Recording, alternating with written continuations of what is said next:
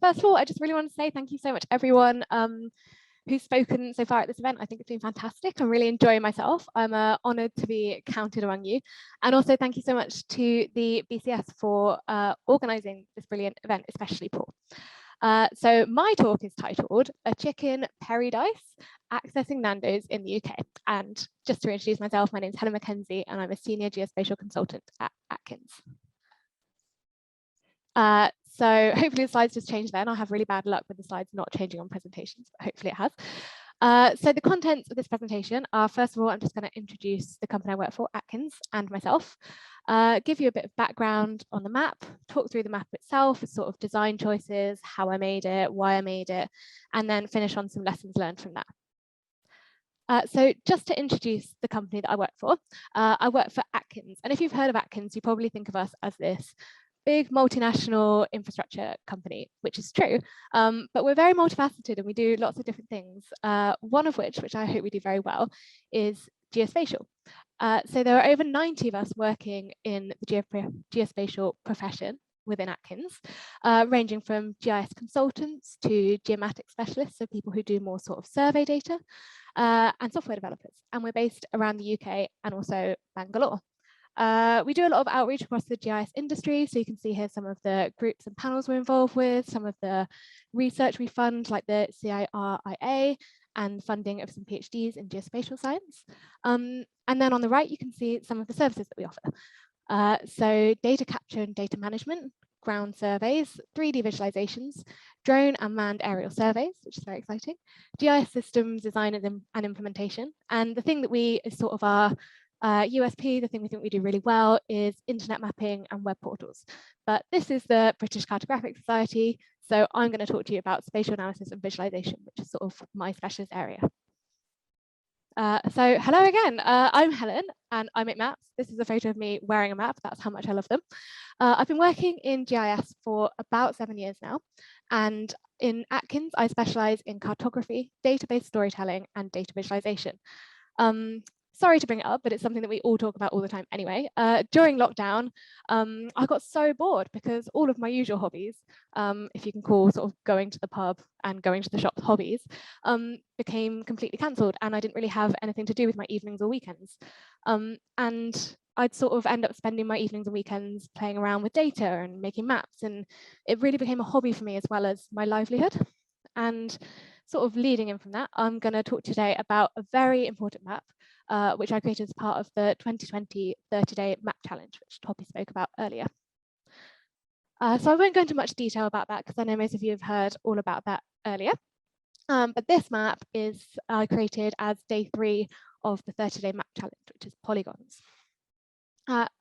So when I was doing the 30-day map challenge, I had a few requirements or sort of mini challenges I set myself. First of all, I wanted to make sure the maps that I created were doable during my lunch break or after work. So looking at about 2 hours maximum, maybe doing some analysis and data cleaning during my lunch break, and then after work, the styling of that. I wanted to map things in places that I don't normally get to. So at the time I was working at Steer, who are a transport consultancy. And so most of the work I did was around transport. Most of our clients were local authorities. And I just wanted to do some different things and something that was maybe of more interest to me personally, such as chicken. I also wanted to experiment with some new techniques, tools and styles and really use it as an opportunity to grow my skills. And I think the really, really key thing for me that was the biggest challenge for me was accepting imperfections. So noting that I could only spend about 2 hours on this, that the maps I created weren't going to be perfect and I couldn't spend ages fiddling around with them to make them perfect. And I just added this graph here on diminishing returns, and I think this is normally how I work, which is the first sort of maybe 50% of the time I'm working, like I'm storming ahead, making really great progress, and then I spend the last 50% just fiddling with little things that like maybe make the map a bit better, but they're just, I could just go on tweaking them forever. So that was my challenge, was to not do that. And also finish the thing. I wanted to do all 30 days, and I did, and I'm really proud of myself for doing that. Not sure if I'll be able to repeat it because, like we said, that was in lockdown when I didn't have anything else to do. And I also wanted to have fun, wanted to really enjoy myself, which I definitely did. So onto the map, chicken PERIdise. First of all, and noting what Paul said at the start of this about how we have quite a lot of people from international areas, I thought I'd just quickly touch on what is Nandos, because apparently there might be some people who don't necessarily know. So Nandos is a chicken shop. It's a chicken restaurant. You go there and you eat chicken and chips and chicken burgers and chicken pittas. You can find them all over the high streets of the UK. There's hundreds of them. This was actually used to be my local Nandos in Finsbury Park in North London. I've moved away from there and now I live even closer to a Nandos, about 2 minutes away, which is excellent for me. So it's just a chicken shop, but it's not just a chicken shop. Something has happened in the last 10 years in with Nandos in this country, where it's really got a sort of cult-like status, particularly around the phrase cheeky Nandos. People say, I'm going for a cheeky Nandos. I don't really know why it's happened. I don't really know how it's happened, but it's a part of British culture now, and it's something I find hilarious. So these are some examples of what that sort of means. Sort of Nando's memes. You've got the Harry Potter one, the crying woman. Ed Sheeran, an example, wrote a song called the Nando's Skank, which is really worth a listen. And I'm not going to read out the one in the middle, but every now and then I see on things like Reddit and Twitter someone from America saying, but what is a cheeky Nando's? What does it mean? And the people trying to explain what it means is always really hilarious. So I definitely recommend looking that up. So that's what Nando's is.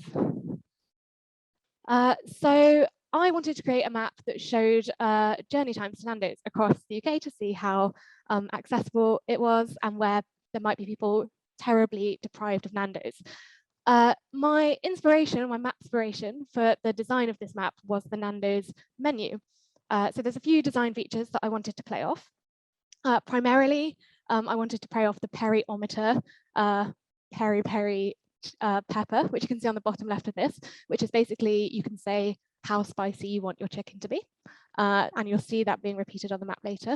The menu has a really bright color palette, use of color blocks, use of little icons and illustration details to add some more character, and then a mixture of more angular and more curved shapes, which give it a really sort of distinctive character. Have I thought too much about this menu? I'm not sure. So this is my map showing drive time to Nando's across the UK. So you can see the sort of darkest red areas are where you can get to Nando's within 15 minutes, through to 30 minutes, up to 60 minutes where it's green. So I'll just go into a bit more detail about some of how I made this, first of all. So initially, what I did was collected OpenStreetMap amenity points where the name of a restaurant was Nando's. And then I just went through that and checked that they did all look like chicken restaurants rather than like Nando's, I don't know, Nando's shoe shop. There weren't that many of those. And then what I did to create the drive time areas was I used TomTom Observe Road Speed networks, which are basically what they say on the tin.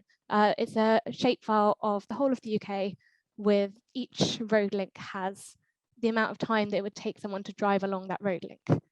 And then to create the drive time areas, I used ArcMap Network Analyst, which is a really great tool for doing all sorts of things to do with network analysis, like it says on the tin. So this particular tool with service areas, which basically is where you can create polygons which say, from this point, you can reach this area within 30 minutes, this area within 60 minutes. You can also do all sorts of routing analysis and things like that with it. So it's a really, really great tool.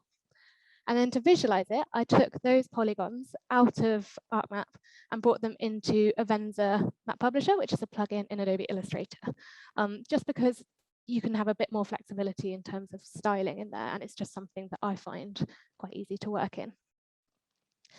So some design choices of this, just bringing back the menu, my mapspiration in the bottom left.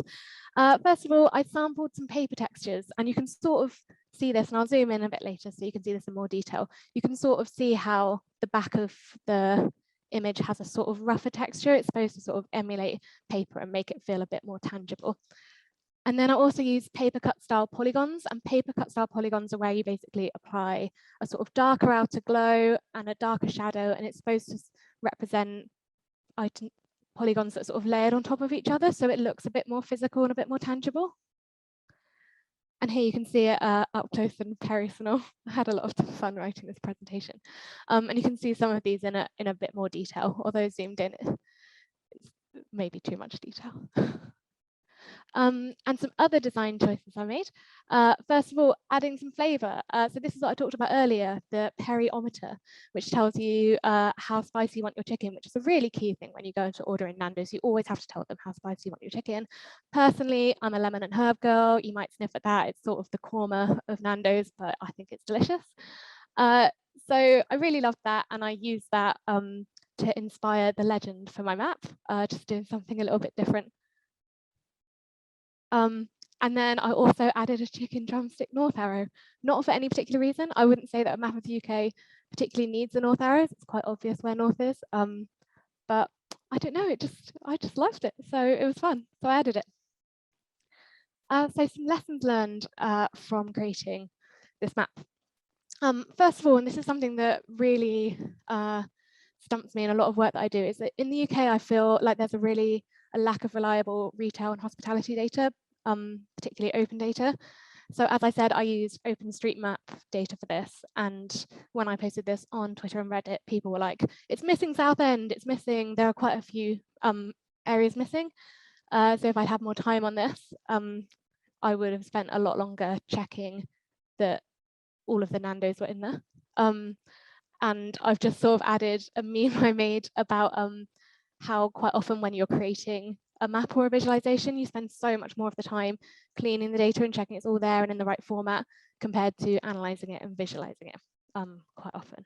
That's not always the case. I find that it's often the case. Maybe I'm just unlucky. Saying, okay, that's done in such a short space of time is really tough. And this comes back to not being a perfectionist. I was finding it really hard in the 30-day map challenge to at any point just let go and say that's done and not just keep fiddling. So yeah, that was something I found difficult. It's something I still find difficult. Join the details. So I think doing this work made me much more detail orientated. I talked about the PERIometer pepper for the legend and the chicken drumstick for the north arrow. I just really enjoyed adding those little details and thinking about how to make those small little details a bit more fun. Effectiveness of form reflecting the subject. So thinking about how the visualization can reflect the subject that it's representing. I listened to a really great podcast called Great Women Artists, and there's a really excellent episode featuring Mona Chalabi, who's the data editor of the US Guardian. I really recommend listening to it. She talks all about this, and it really inspired me to start to think about how I can do that, how I can reflect the subject of my maps with the form of map. Another lesson is watermark, watermark, watermark. So before the 30-day challenge, all my personal maps, I never bothered watermarking them. I think I had like a couple of hundred followers on Twitter and no one ever saw them, so I never bothered. And this map was the first time that I really realized I should, because it got shared quite a lot all over social media, never with my name attached to it, so I never really got much credit for it. There was also a graphic design company who basically took the map, put it on PowerPoint and changed the colors and then posted it and said they did it. And I know that they did that because it had the same missing Nandos that mine did. It was almost, I felt really connected to all the historic cartographers who used to make little mistakes in their maps to make sure no one copied them, because that happened to me. And then finally, that getting out of your comfort zone in terms of software and domain, and by domain I mean, for me that was transport, but it could be environment or ecology or landscape, can be so helpful for improving your skills in cartography. And I just wanted to share a few of the visualizations and maps I made since the 30-day map challenge. And I think I've just become a lot more experimental and a lot more adventurous with my style, a bit less conventional. And I just really enjoy being able to be that creative. But the final lesson learned was this: Nandos ended up following me. It was the greatest day. So yeah, I think I've pretty much made it in life now. I can retire. And that's everything. Thank you so much. Let me know if you've got any questions, either here or shoot me a message on social media. I'm on all of these channels. And yeah, thank you so much for listening.